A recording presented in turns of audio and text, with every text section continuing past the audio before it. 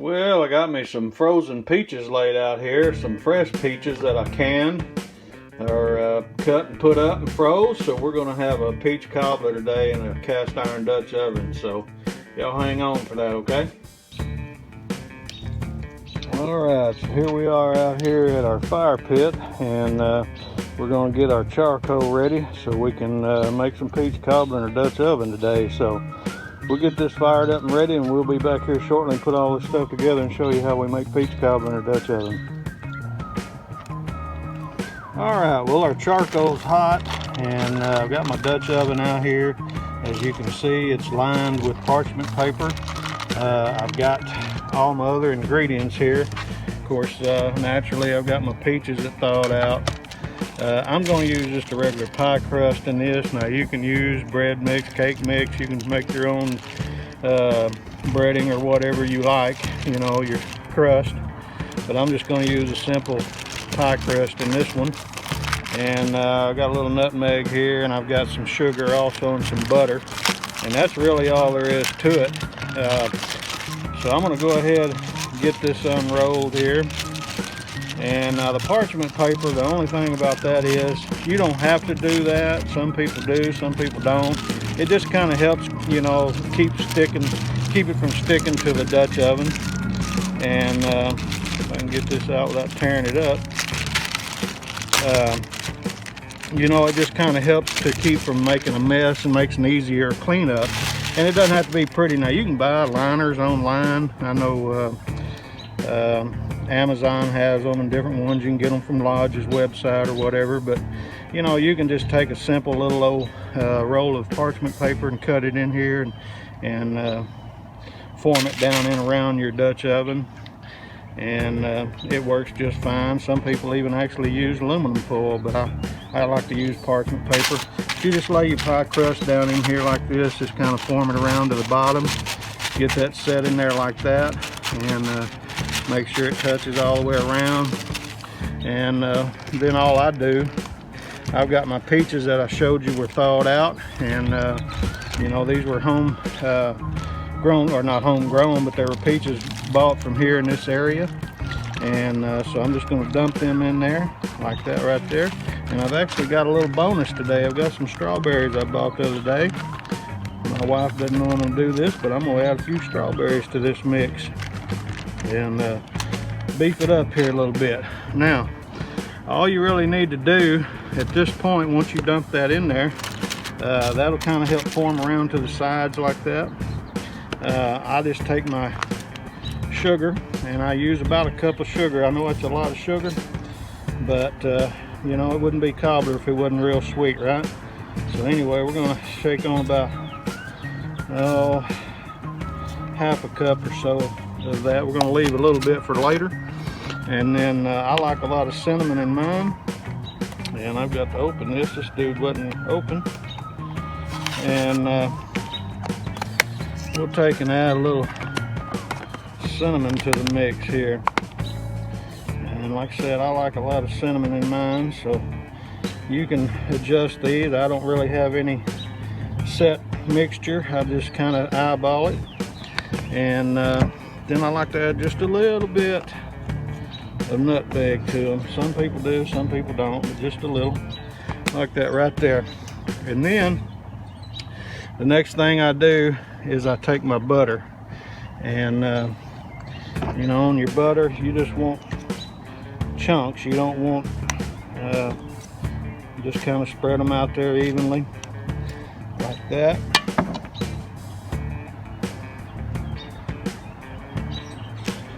Just all over your mixture, and boy, that makes it right there. I'm telling you, that really, we use about a whole stick of butter. And I use whole butter, real butter. I don't use margarine or anything. I can't believe it's butter or anything like that. I use real butter, and that's just the way to do it, in my opinion. And when you're baking anything or eating anything, I just love it. And so I'm going to get that on there, and we're going to cut this other pie crust open.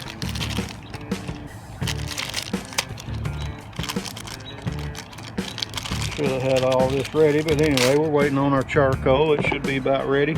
Now, just to kind of give you a little story on charcoal with a Dutch oven. Generally speaking, what you want to do to get about a 350 degree temperature is whatever size oven you have, you want to double that amount in charcoal. So I'm using a 12-inch Dutch oven here. And so what we're going to do, that would be 24 if you double it. So it'd be 24 briquettes. And then usually you add 1 or 2 more just for good measure to bring it up to 350. Typically when you double one, what that does, that brings you to 325. So you usually add 1 extra over and above your double. And when you place it on the fire, you want to use what we call a 2/3, 1/3 rule. Basically what that means is, and before I go on here, I'm going to cut these a little bit and just kind of cobble this up, or you wouldn't have what's called cobbled, right? So this is going to be just cobbled up breading here.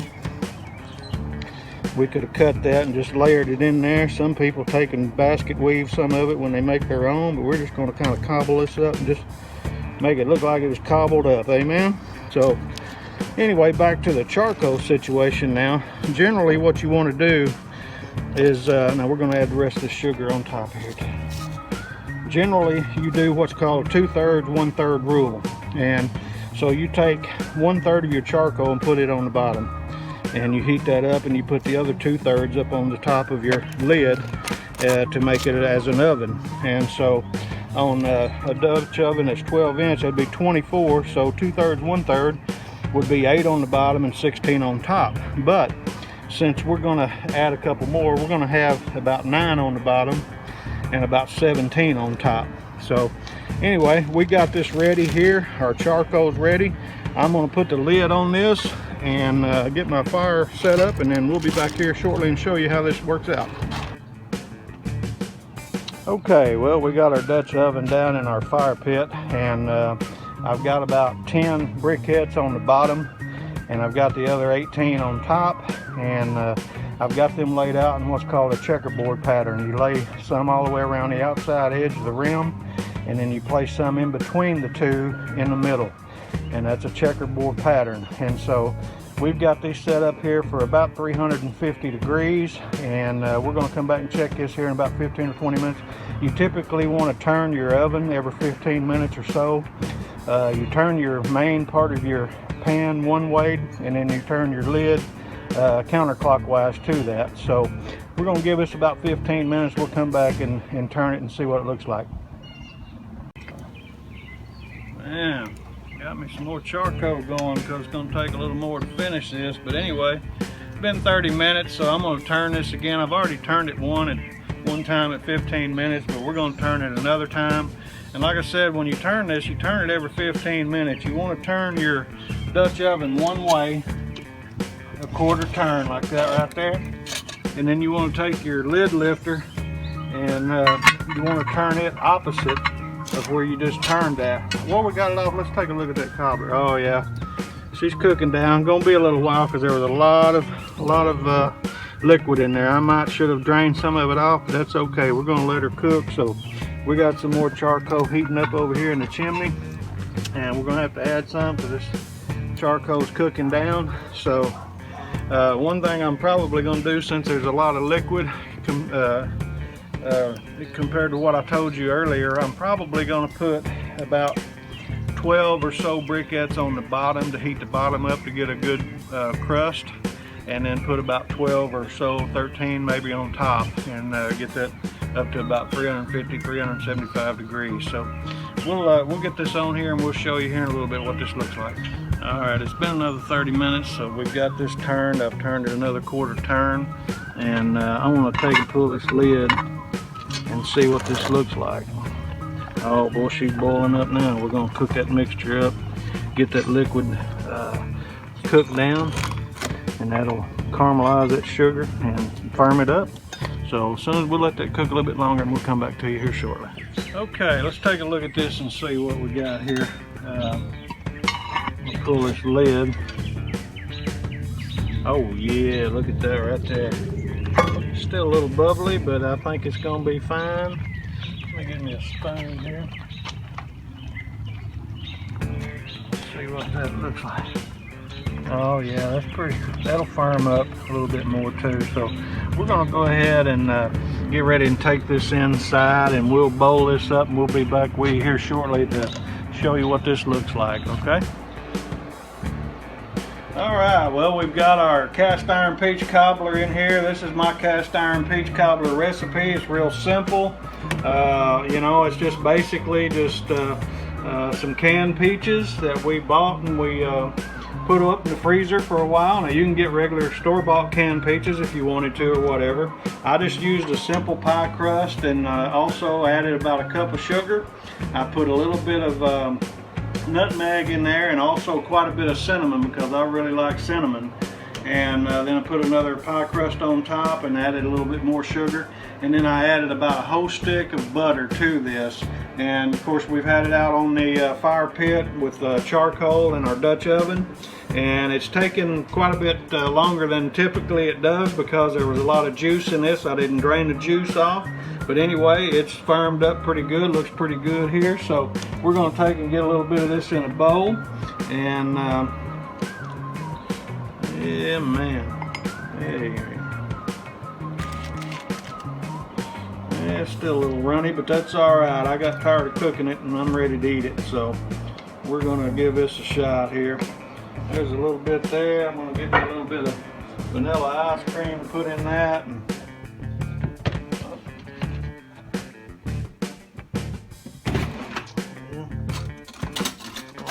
spoon ready, but I don't, so that's all right. We're gonna manage. It's still gonna eat. Look at that, boy. Right there. There you go, folks. There's cast iron peach cobbler made in a Dutch oven. Let's see what that tastes like. I know it's a little hot, but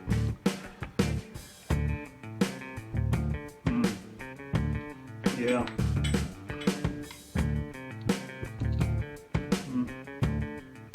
Wow, folks, you need to give that a try if you like to cook in cast iron. We certainly do. We appreciate you guys. If you like what we're doing, hit the subscribe button, and we'll be coming back to you again soon. You guys have a great day. It's Mike, Mr. Cast Iron. We'll see you.